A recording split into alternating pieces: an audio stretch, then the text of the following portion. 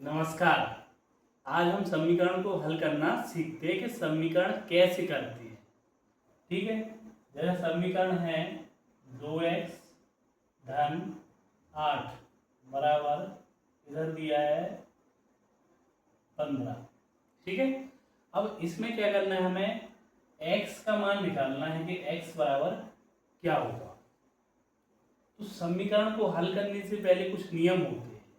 सबसे पहले तो हमें ये पता होना चाहिए कि x क्या है और ये संख्याएं इनको क्या बोला जाता है।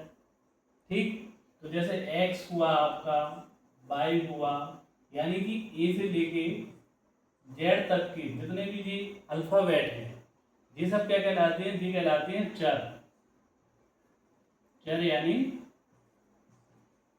वेरिएबल।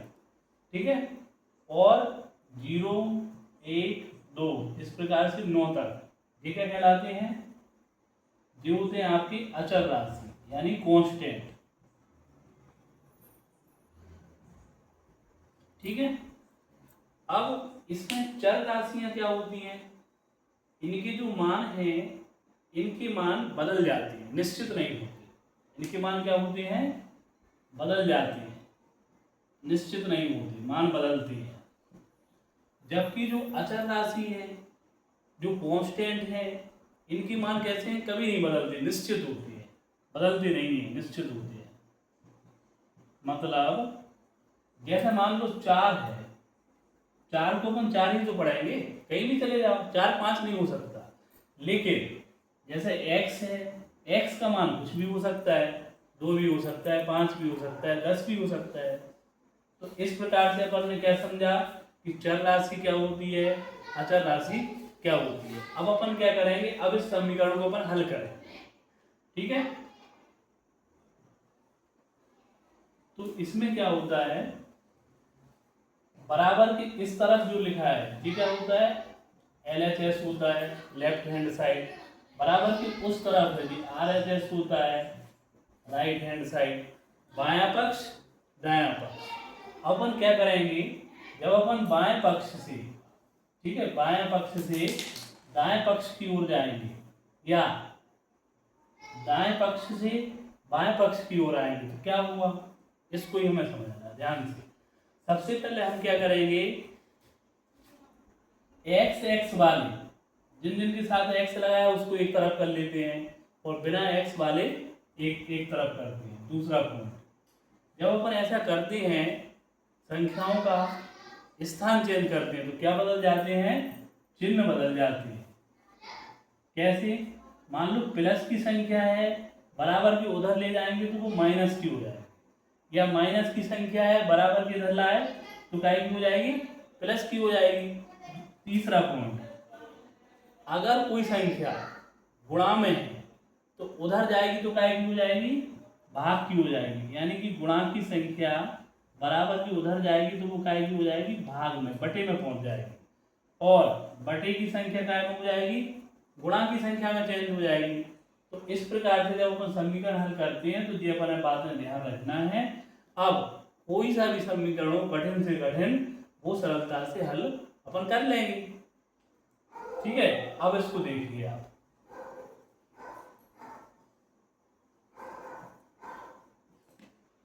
देखो x का जो मान निकालना है तो ये वाला पद है, इसको अपन यहीं रखेंगे, 2x यहीं रहेगा। अब क्या करना है, 8 को उधर कर दो तो 15 ऐसे के ऐसे, 8 काय के हैं, देखो अब जगह चेंज हो रही थी, धन के हैं, उधर ले गए तो काय को हुआ है, ऋण की हुआ है। ठीक है, अब क्या करना है, 2x ऐसा ही के ऐसा बराबर 15 में से 8 है कितना बचा, 7। ठीक है, अब ध्यान से देखो, x के गुणा में कितना लिखा है, 2 लिखा है, ये गुणा में है, उधर जाएगा तो क्या हो जाएगा, बटे का। तो x ऐसे ही कैसा है बराबर 7 और इसके बटे में क्या हो जाएगा, 2 हो जाएगा। तो x का मान कितना निकल के आया, 7/2। अब एक सवाल और अपन देखते हैं जिसमें x वाला एक तरफ करना है और बिना x वाली संख्या एक तरफ करना है। ठीक है, तो इसको मिटा दे रहे हैं।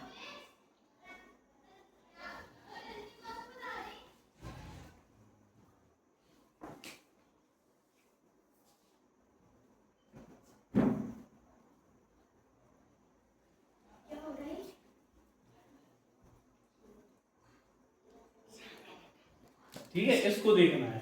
18x ऋण 20 बराबर 30x धन 30। तो इसमें क्या करना है, वही x का मान निकालना है। तो अपन क्या करेंगे, जिन जिनके साथ x लगा है, जैसे इसके साथ x है, इसमें भी x है, इसको एक तरफ कर लो, और जो बिना x वाला है ये पर इसको उधर ले जाएंगे। तो अब क्या होगी, मतलब जगह चेंज होगी। तो 18x को ऐसे का ऐसा रहने दो। अब देखो 30x काय के हैं, धन के हैं, इधर आएंगे तो काय के हो जाएंगे, ऋण के हो जाएंगे, ऋण 30x हो गए। फिर बराबर 30 आपको ऐसे कैसे लिखना है। अब देख लीजिए ऋण के 20 हैं, उधर जाएंगे तो काय के हो जाएंगे, धन के हो जाएंगे। ठीक है, अब 18x में से 30x गए, कितने बचे, 30x में से 18 गए तो कितने बचेंगे, 12x। लेकिन बड़ी काय की है, दिवाली बड़ी है तो ऋण में उत्तर आएगा। ऋण 12x बराबर 30 और 20 कितना हो गया, 50। अब देखें x के गुणा में कितना लिखा है, ऋण 12। तो ये ऋण 12 है, उधर जाएगा तो काय का हो जाएगा, बटे का। 50 बटे ऋण 12, x भी ऐसे कैसे आएगा। अब देखें, 2 से काट दूं,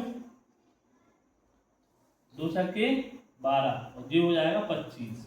तो x बराबर आ जाएगा 25 बटे ऋण के 6। इस प्रकार से हम क्या करते हैं, समीकरणों को आसानी से हल कर लेते हैं। वही है, यदि नियम याद आप रखोगे कोई भी समीकरण में परेशानी नहीं आएगी। ठीक है, कैसा लगा वीडियो, अच्छा लगा, धन्यवाद।